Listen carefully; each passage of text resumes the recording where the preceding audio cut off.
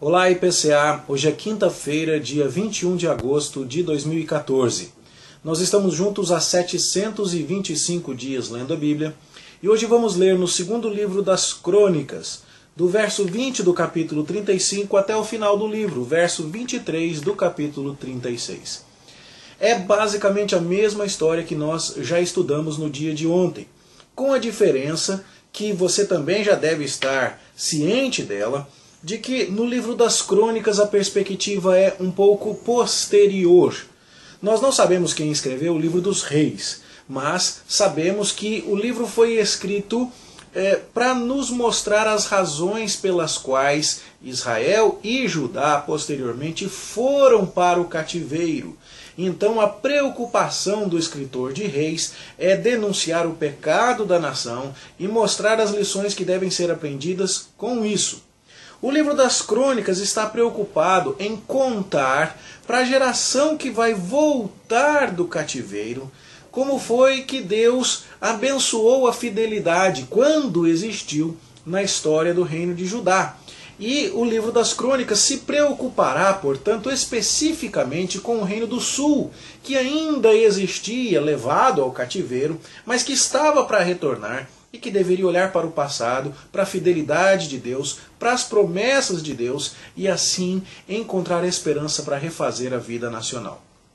É por isso que tudo quanto se refere ao templo, às atitudes dos reis em suas reformas religiosas, às fidelidades que foram evidenciadas, recebe um tratamento mais extensivo em Crônicas. E é por isso também que o livro de Crônicas termina um pouco depois do que terminou o livro dos Reis. O livro dos Reis para, embora com uma certa luz de esperança no tratamento que é dispensado a Joaquim, como vimos ontem, o livro dos Reis para com a ideia de que Judá está no cativeiro.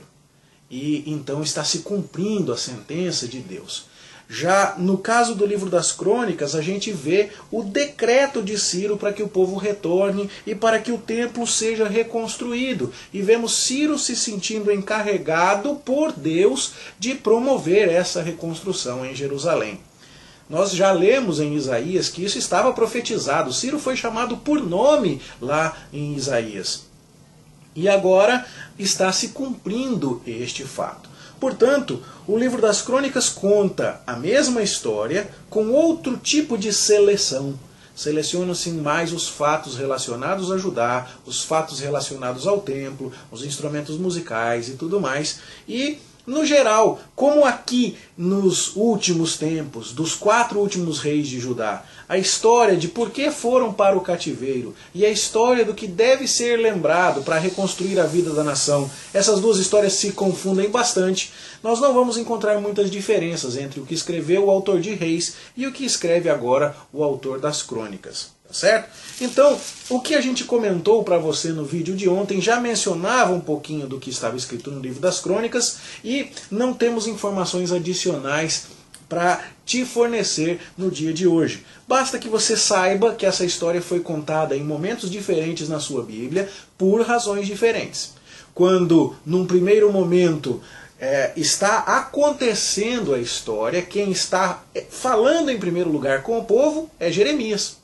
E, portanto, a gente tem alguma informação sobre o que acontece em Judá nos dias do profeta, lá no livro de Jeremias. É Baruque quem escreve, às vezes o próprio Jeremias, quem compila esse material, e o primeiro livro a ficar pronto, muito provavelmente, foi o livro de Jeremias. Depois, quem sabe lá no cativeiro, é a hipótese de reconstrução que nos parece mais plausível, para entender as razões pelas quais tudo aquilo aconteceu, o livro dos Reis foi escrito para mostrar: estamos aqui por consequência do nosso pecado, precisamos de arrependimento, precisamos nos voltar para Deus. Quando chega a hora de voltar do cativeiro para a Babilônia, há um cenário muito desfavorável. Judá está toda destroçada, há muita pobreza, muita miséria, mas é preciso retomar a vida nacional, é preciso reconstruir o templo. E para relembrar que Deus já foi fiel quando o povo foi fiel, que Deus sempre será fiel porque Ele não pode negar a si mesmo, e que é hora de acreditar nas promessas de Deus, então é escrito o livro das Crônicas, dando foco especial à história de Judá e a fidelidade dos reis que cuidaram do templo, como foi o caso de Josias, como foi o caso de Ezequias e principalmente como foi o caso de Davi. É por isso que essa história está contada pelo menos por 3 vezes. Em Jeremias primeiro, depois em Reis e depois em Crônicas. É lógico que na sua Bíblia, a compilação dos livros não segue essa mesma ordem, não é? Mas para isso é que nós estamos fazendo a maratona, para você entender como é que foi que esses livros surgiram. De destaque no que nós lemos hoje, em relação ao que lemos ontem, eu só queria fazer a você 2 menções breves.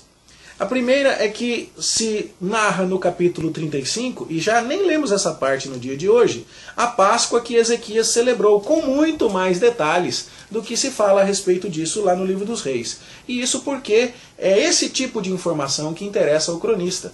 Veja que coisa boa aconteceu na época de Josias, que patrocinou a reforma do templo, como Deus abençoou. É esse tipo de coisa que precisa ser lembrada pelo cronista, para que agora os que retornam do cativeiro por mando de Ciro, como termina o livro das Crônicas, possam encontrar o ânimo e o estímulo necessário a fazerem a reconstrução da nação. E, por último, destacar aqui que o cronista menciona o profeta Jeremias, tanto no verso 12 quanto no verso 21 do capítulo 36. E que ele menciona que Nabucodonosor tinha requerido um juramento da parte de Zedequias de fidelidade à Babilônia, coisa que não havia sido mencionada ainda e que você depois vai ver sobre isso lá no profeta Ezequiel no capítulo 17. É um detalhezinho histórico pequeno que não havíamos enxergado em nenhum momento da narrativa de Jeremias nem de Reis, mas que aparece aqui e que nos ajuda a entender a atitude de Zedequias, que se comprometeu com os babilônicos, mas depois negou a sua própria palavra. E é nesse tipo de envolvimento com as nações ao redor e não com o Deus Todo-Poderoso, envolvimento já criticado desde os dias de Isaías, que os reis de Judá foram caminhando cada vez mais em direção à queda da nação. Essa a compreensão que eu espero que esteja se formando na sua mente, para que a gente agora forme um referencial histórico muito claro, a partir do qual nós compreenderemos a mensagem de Ezequiel.